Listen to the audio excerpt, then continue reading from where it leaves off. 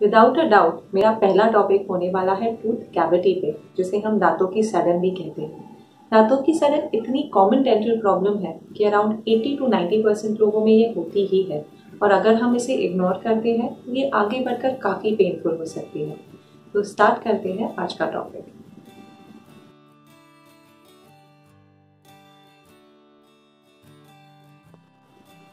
A very warm welcome to dental.com। आज का हमारा टॉपिक है टूथ कैविटी पे। टूथ कैविटी को समझने के लिए हमें टूथ स्ट्रक्चर को समझना बहुत ज़्यादा ज़रूरी है। हर दांत बनता है 3 लेयर्स में। सबसे बाहर की तरफ होता है एनामल, उसके अंदर होता है डेंटिन, और दांत के बीचों बीच प्रेजेंट होता है पल्प, जिसमें दांतों की नसें मौजूद होती हैं। अभी हम कैविटीज के डिफरेंट स्टेजेस के बारे में बात करेंगे।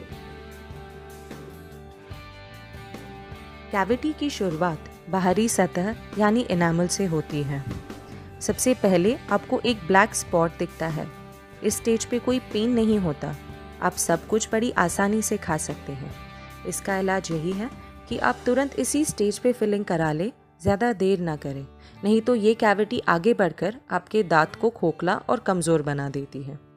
इसके बाद कैविटी एंटर करती है सेकेंड लेयर में यानी डेंटिन में। इस स्टेज पे आपको पेन होना शुरू हो जाता है। ठंडा और मीठा खाने पे आपको एक शॉर्ट शार्प पेन फील होता है जो तुरंत रुक भी जाता है। इसका इलाज भी यही है कि आप इसका फिलिंग करा लें। यहाँ मैं एक पॉइंट मेंशन करना चाहूँगी कि लॉकडाउन तक डेंटल फिलिंग्स क्लिनिक में नहीं किए जाएंगे, क्योंकि ये इमरजेंसी ट्रीटमेंट्स की कैटेगरी में नहीं आते हैं। जब तक क्लिनिक्स रूटीन प्रोसीजर के लिए शुरू नहीं हो जाते, तब तक आपको ब्रशिंग और ओरल हाइजीन मेंटेन करते हुए इसे डिले करना है। अब हम बात करेंगे पल्प एक्सपोजर की। जब इन्फेक्शन दांतों की नसों में पहुंच जाता है, तब आपको अनबेरेबल पेन शुरू होता है।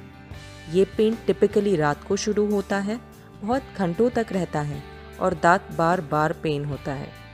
इसका इलाज है कि आप इस दांत का रूट कैनाल ट्रीटमेंट करवा लें। इसकी बाद की स्टेज में इन्फेक्शन पल्प से निकलकर दांत के बाहरी हिस्सों में स्प्रेड होने लगता है। दांत के नीचे पस जमा होने लगता है। आपका दांत दर्द तो करता ही है, साथ में आपको स्वेलिंग भी आ सकती है। आप उस साइड से बिल्कुल कुछ भी नहीं खा पाते हैं। इसका ट्रीटमेंट है कि आप उस दांत का रूट कैनाल ट्रीटमेंट करवा लें। लॉकडाउन के दौरान जब आपको बहुत ज़्यादा पेन हो रहा है या आपको स्वेलिंग आई है, तो आप अपनी डेंटिस्ट को कॉल करें। उनसे टेली कंसल्टेशन करते हुए आप उनसे दवाइयाँ ले सकते हैं।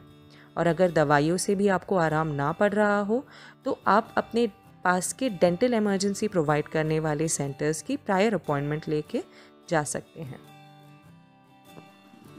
इसी के साथ मैं आज का ये टॉपिक यही एंड करती हूँ।